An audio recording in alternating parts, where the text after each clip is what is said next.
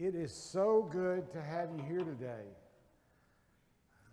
Oh, gracious, 34 years ago, I was sitting in a seminary class in psychology and counseling to learn how to be a counselor.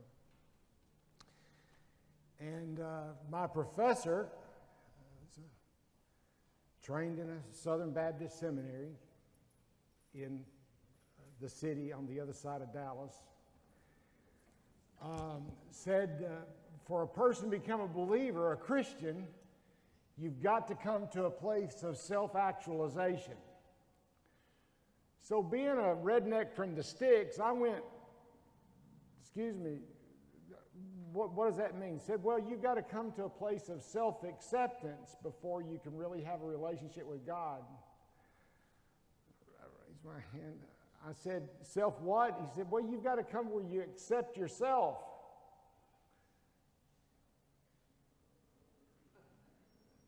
Yes, Mr. Tingle. I said, what do you do about Paul that said that of sinners I'm the worst? He said, well, Paul killed people. I said, well, okay. What do you do about when Jesus said, call no one good? How do you accept yourself if you're not any good? He said, well, you have to overlook yourself and accept yourself. Then you can accept Christ. And I said, Dr. Hubble, can I share with you? The Bible says, for all have sinned and fallen short of the glory of God. And then I continued on the Roman road. He said, Dino, are you going down the Roman road? I said, yes, sir, because it's apparent that you're lost.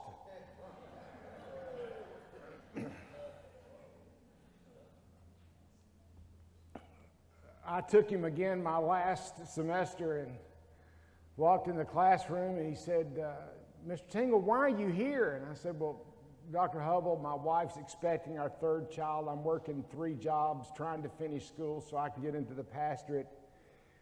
And I needed an easy A. He said, am I that easy? I said, no, sir, but your grader is.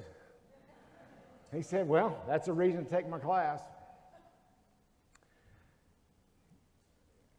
I tell you that to tell you that when I look at things, I don't mind asking the question why.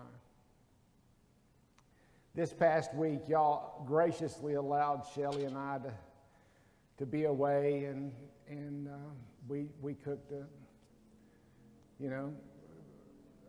close to 1,000 meals a day for a week, and got to do a lot of great things, but we were off on Saturday, and so this is the first time that Shelley and I took our granddaughter, who's 6, with us. And yes, if you're going to go, sweetheart, you got to get up at 3:30 and help us cook breakfast, and she was just a trooper. So there's a natural state, Texas State beach past Port Arthur that's just shells, hundreds of shells all over it. So we spent hours picking up pockets and shirtfuls of shells. Matter of fact, I had to empty out the cooler, and I filled up a cooler with shells, and we brought a cooler home, cleaned the cooler shells. They're still stinking, but anyway, they're at my son-in-law's house and not mine, but now, which is a good thing. But we had such a good time, and Sophia's just so precious.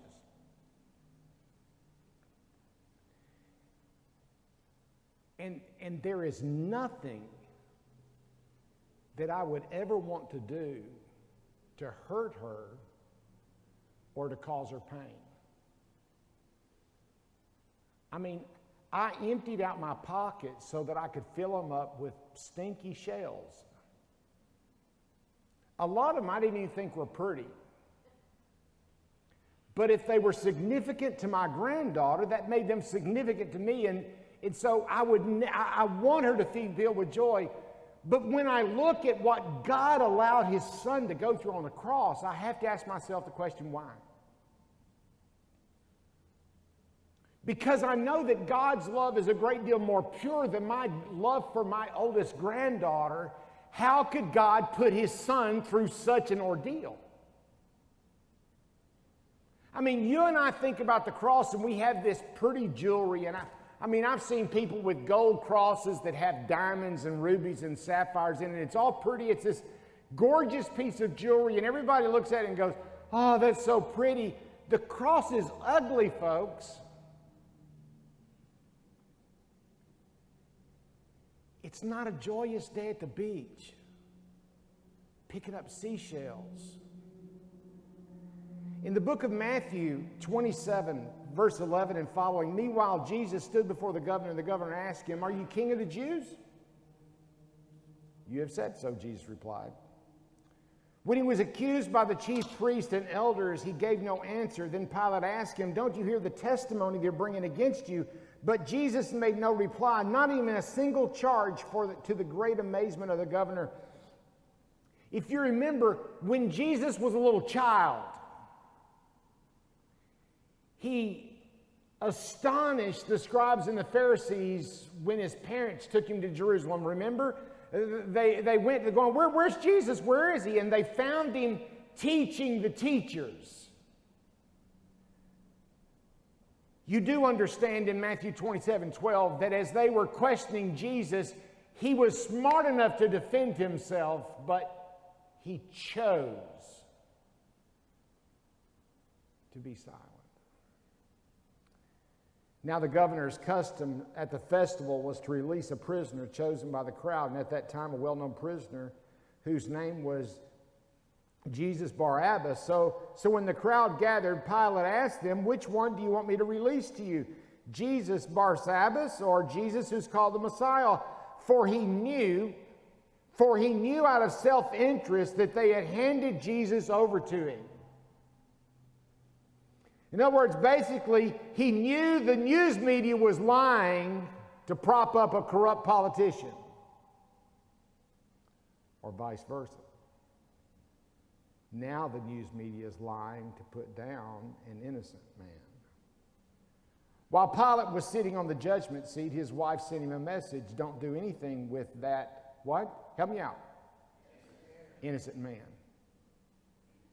Jesus was innocent, yet found guilty. I'm going to tell you what, if that was my granddaughter Sophia up there, it'd be a race between me and his dad who was going to get her out of there the quickest. Listen, Jesus goes to an empty tomb of Lazarus and says, Lazarus, you slept long enough, get up, let's go.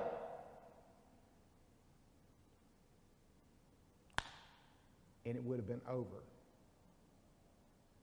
God chose to swap Jesus' innocent life for the corrupt life of a criminal who deserved to die. But the chief priests and elders persuaded the crowd to ask for Barabbas and to have him, Jesus, executed. Which one of the two do you want me to release to you? Asked the governor. Barabbas, they answered. What shall I do with Jesus who's called the Messiah? And they cried out, crucify him. Why? What crime has he committed? The judge is going, but he's done nothing wrong. But they shouted all the louder, crucify him. Notice verse 24, he took water, he washed his hands in front of the crowd. That's Pilate. I am innocent of this man's blood. He said, it is your responsibility. And the people answered, his blood be on us and our children. Then they released Barabbas to him, and they had Jesus flogged and handed over to be crucified. Not only was he falsely accused, falsely imprisoned, falsely tried, falsely found innocent, but yet labeled as guilty, and now, to add insult to injury, they're beating him before they kill him. It's not just enough to crucify him, they had to beat him. They had to, in verse 28, they stripped him and put a scarlet robe in front of everybody. They stripped his clothes off. They humiliated him as they beat him. They twisted a crown of thorns set it on his head. They played a game. Here, I'll put a crown on the king.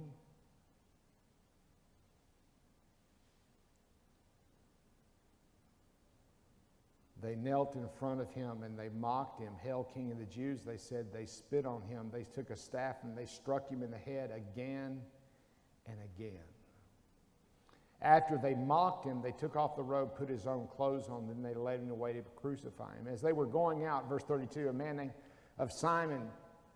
from Cyrene named Simon, they forced him to carry the cross. They came to a place called Golgotha, which means the place of the skull.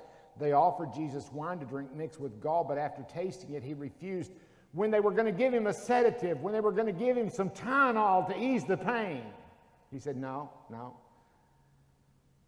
I can't take something to ease the pain. Why?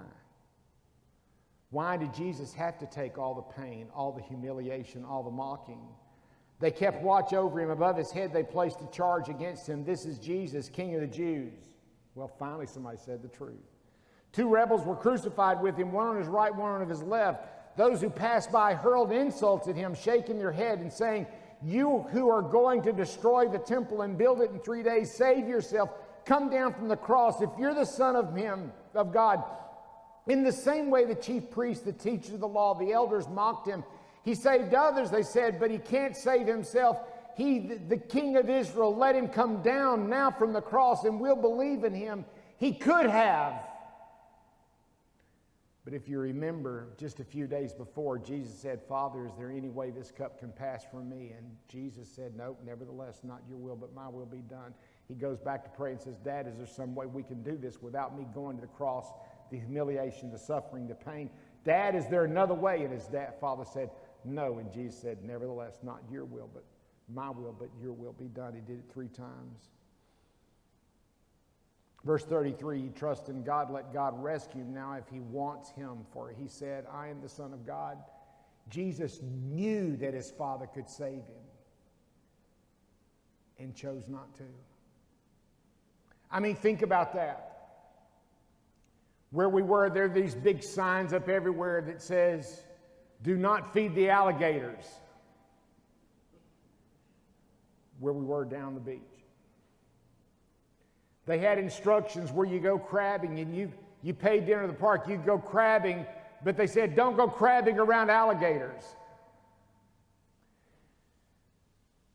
I've got my granddaughter Sophia with me, and we're looking at the marshes and the ducks, and we're looking through the water and seeing the crabs, and we're seeing the fish. And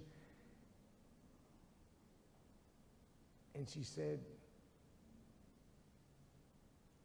"What are you looking for, Gramps?" And I said, "Sweetheart, we're near the edge. I'm looking for the alligators." And she looked at me and she said, "Why?"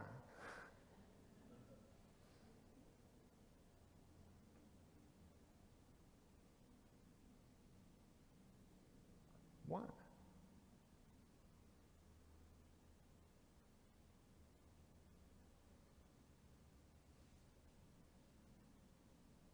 I think the most difficult thing that Jesus had to endure is he looks up to heaven and he says, "Eloi, Eloi, lama sabachthani," which means, my God, why have you forsaken me?" He said, "Dad, I am hurting and in pain, and you can get me out of this, and you choose not to. Dad, why did you feed me to the alligators?"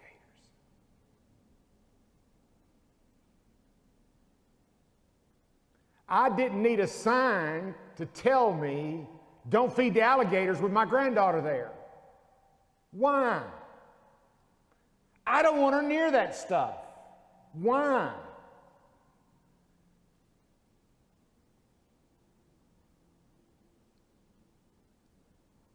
It would destroy me if she got hurt on my watch or anybody else's. And Jesus is looking up to heaven and he's saying, "Dad, why?"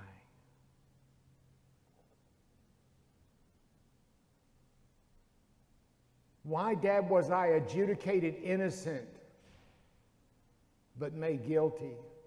Why was I swapped for the person who was really guilty? Why did they have to humiliate me? Why not just kill me instead of beat me on the way? Why was I tortured? Why am I being killed?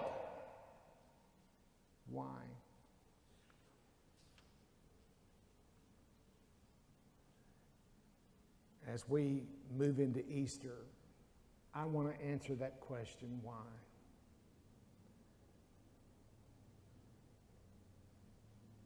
And the first reason why is that mankind is totally depraved.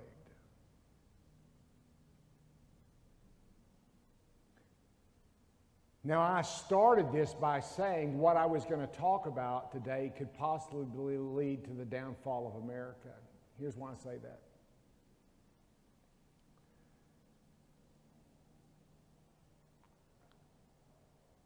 There is a prevalent thought in our culture today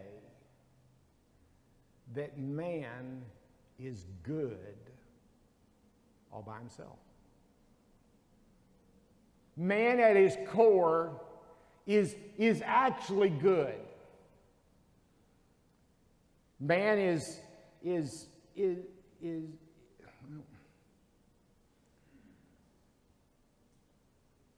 man doesn't need to be God to be good. Dennis Prager said there are two fundamental questions that every person must ask. Number one, is there a God? And number two, are people basically good? We live in a culture today where the majority of the people believe that people are basically good. And the truth about it is if you believe that people are basically good, it's going to define how you look at things for the rest of your life. You see, the truth is, if man is basically good, then Jesus didn't have to die. What I want to do is spend a moment talking about that concept. Is man basically good?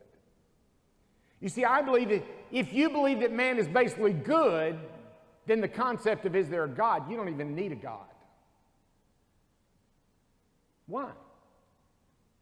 God gives rules. If man is basically good, you don't need rules, because if you're good, you're going to define your own rules, and because you're good, the rules are going to be good.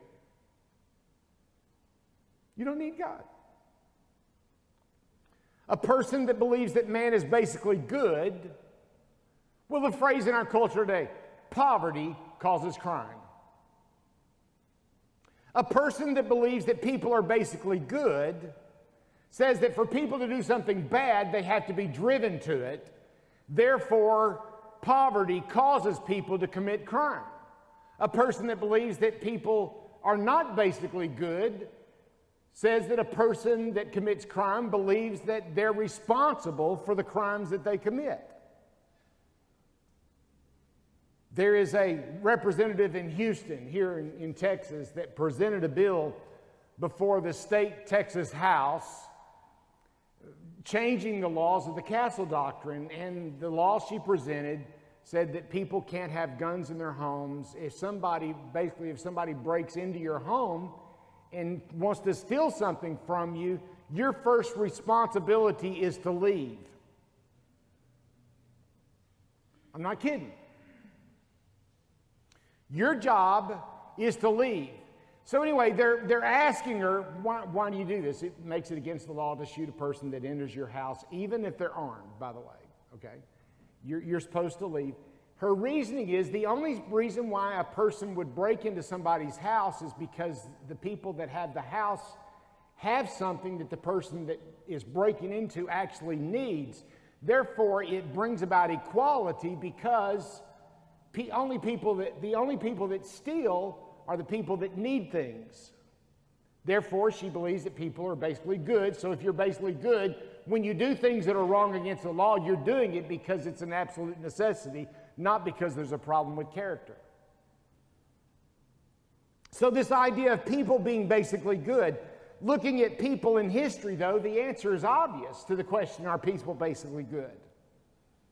You see, I believe that we are born with the potential to be good, to have good character, to have ethics, but character and ethics are a learned response.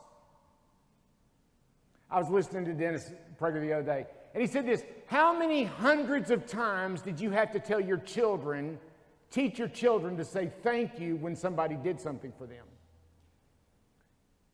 Did you ever say, no, Johnny, say thank you. Jesse, say thank you. Rebecca, say thank you. Say thank you. Say thank you. Why did you do that?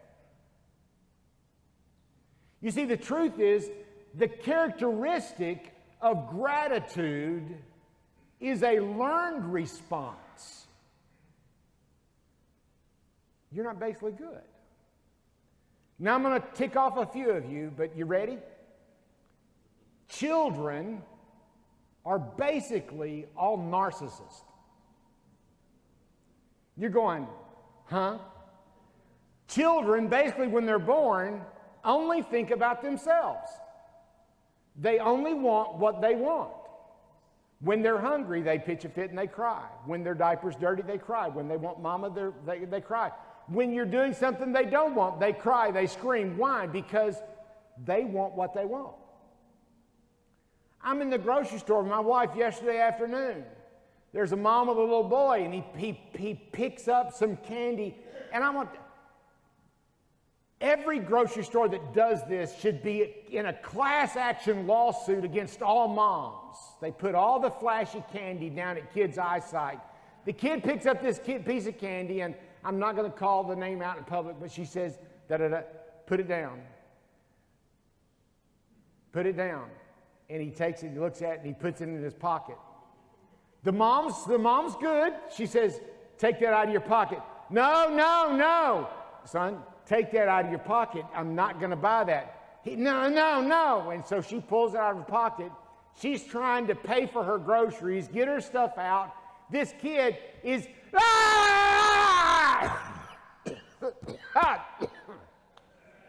So, she's dragging him to their van in the parking lot, and the kid is still screaming. I wanted to walk up to her and say, ma'am, your little angel is so precious. You brought him into the world. Would you allow me to take him out?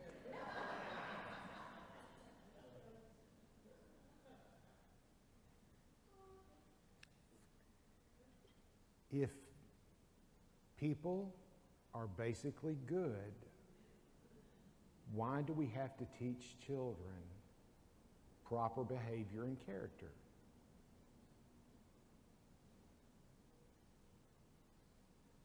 Why is there a war going on over our school system over what is taught?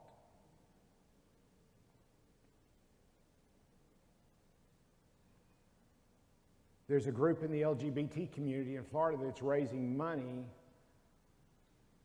so that they can put programs in elementary schools for first through third graders to teach them that being gay is good. The second tenet of their foundational beliefs states this, and I quote, no one's children are their own. Why do we want to have people struggle and are fighting over who gets to teach a child when they're small? Character. If we're basically good, and we're all going to do the right thing because we're all good, why are you fighting to have the right to teach what you believe? Look at the historical record. In 1993, 3 men in Jasper, Texas, found a black man on the side of the road, got him in their car to give him a ride. Instead of taking him where they wanted him to be, they took him out into the woods, beat the stew out of him, chained his feet to the back bumper of their vehicle, and drug him up the road until his head fell off. People are basically good, right? In October of 2001, a Fort Worth lady had gone to one of the bars downtown and drank a little bit too much. But people are basically good, right? She's driving a little bit too fast, and a homeless man's on the side of the road. She hits the homeless man. She keeps driving. She goes home. 5 hours later, she's woken up because she had parked her car in her garage, shut the garage door, went inside, went to her bedroom, went to sleep. She's woken up 5 hours later because the police are pulling the homeless man who's still stuck in her windshield out of her car. But people are basically good, right? In Seattle, Washington, hundreds of businesses have closed or moved. TR International CEO Megan Guth-Bowen said the discussion to leave was easy. She cited ongoing violence along with rampant homelessness and the elevation of drug use. Downtown started off a vibrant place to be. Over time, we have become embarrassed. The workforce simply doesn't feel safe downtown anymore. You see, when you remove the application of law and the restrictions because man is basically good, people go nuts. Well, Carl, those are isolated events. In World War I, the Ottoman Turks killed over 6 million Christians in World War I. The Nazis killed over 6 million Jews. Over 1 million of them were under 5 years old.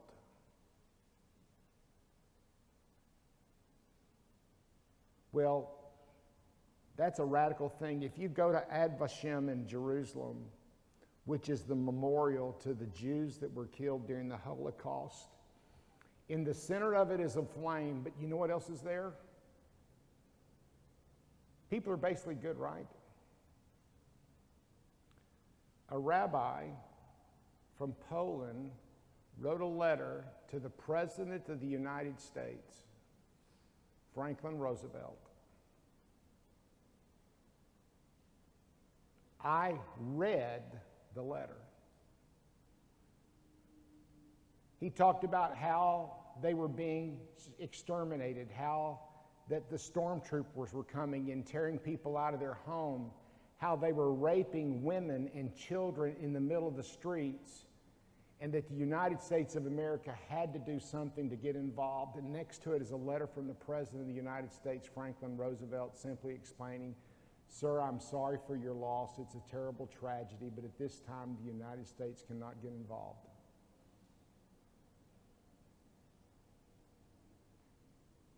People are basically good, right? Between 1998 and 2008, in the Congo in Africa, over 5 million people were killed. Okay, folks, this isn't in the 40s or 30s or teens. It's 2008. Most of them Christians. 28 million people were captured and kidnapped from Africa to be shipped to the Middle East, Europe, and the United States as slaves. You see, people that believe that people are basically good simply choose to believe it and ignore all the evidence. The evidence is that people are not basically good. Why did Jesus have to die? Because man without God is totally depraved. Andrew Peterson, in the lyrics to his song, said this: "Have you ever heard that Jesus is the answer, or thought about the many doubts you hide? Have you wondered how he loves you, if he really knows how dark you are inside?" Jesus said, "Call no one good." Paul said, "There is none righteous, no, not one." In Genesis chapter 6, verse 5, the Lord saw how great the wickedness of the human race had become on the earth, and that every inclination of the thoughts of the human heart were only evil all the time. Psalm 73, 7, "From the callous hearts have come iniquity. Their evil imaginations have no limits." Basically, when man decides that I am good, I can do whatever I want, whatever I please, then man begins to destroy itself.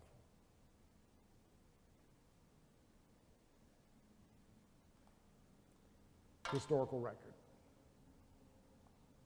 Did you know that in the last 24 months, over 80% of all the money printed throughout the history of the United States of America. How old is the United States of America?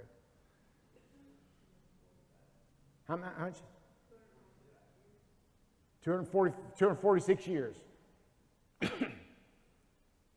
In the last 2 years, over 80% of all the money total that's been printed in the history of the United States has been printed in the last 24 months.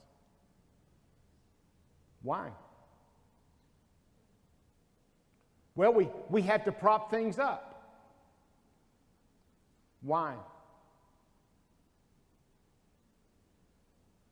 Now we know that in our Constitution, they look back historically, and every single republic that's fallen on the face of the earth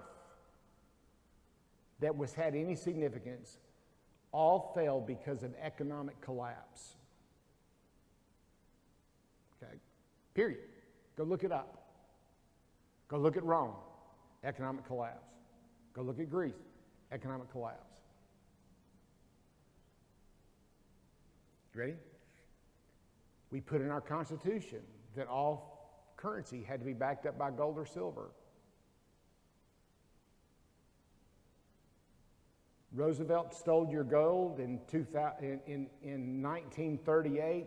Nixon sold your silver in 1973. And now who cares? We're just going to print up money. Why? To kick the can down the road? Go to Forbes magazine and you're going to find out that the wealth, you ready, of the billionaires in America in the last 24 months has increased, you ready, by almost 70%.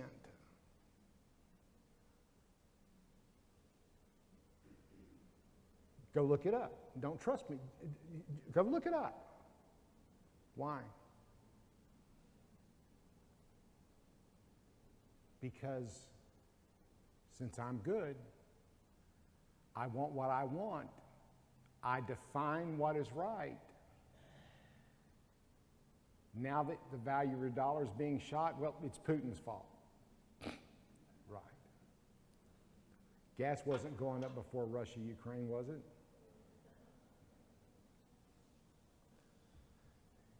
Ecclesiastes 9:3, this is the evil in everything that happens under the sun. The same destiny overtakes all. This is the evil in everything that happens under the sun. The same destiny overtakes all. The hearts of people, moreover, are full of evil, and there's madness in their hearts while they live, and afterwards they join the dead. You can call it inability. You can call it righteous incapacity. You can call it radical corruption. But the truth is, man without God is depraved. What man wants defines what's right.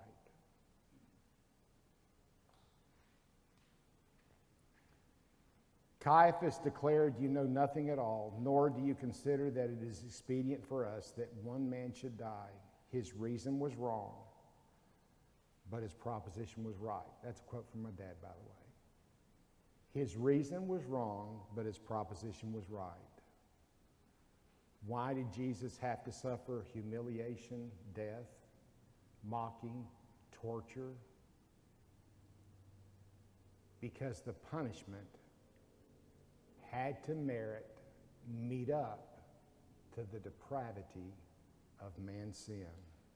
Mark 8:31, he then began to teach them that the Son of Man, band, if y'all come on up. He began to teach them that the Son of Man must suffer many things. Must. He began to teach them, it is imperative that I suffer, that I be rejected by the elders, the chief priests, the teacher of the law, and that I must be killed and after 3 days rise again. He spoke plainly about this, and Peter took him aside, began to rebuke him. But when Jesus turned and looked at his disciples, he rebuked Peter and said, "Get behind me, for you do not have the concerns of God, but merely human concerns. He looked at Peter and he said, Peter, what you want is what's most important to you. What I want is what's most important to God. How do you view mankind? Is he basically good? Or is mankind depraved? You see, if Dr. Mack was right in seminary, and I can come to the place where I can say, I like me and I'm okay. I'm okay. If I'm okay, then the death of Jesus is no longer a must if I'm okay. If people are basically good, then people don't need God. The head chaplain of Harvard University wrote a book entitled Good Without God. Since man is basically good, we neither need God nor his rules.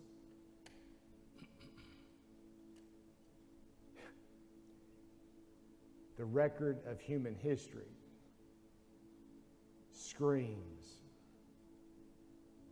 man is not basically good. Mankind needs a Savior.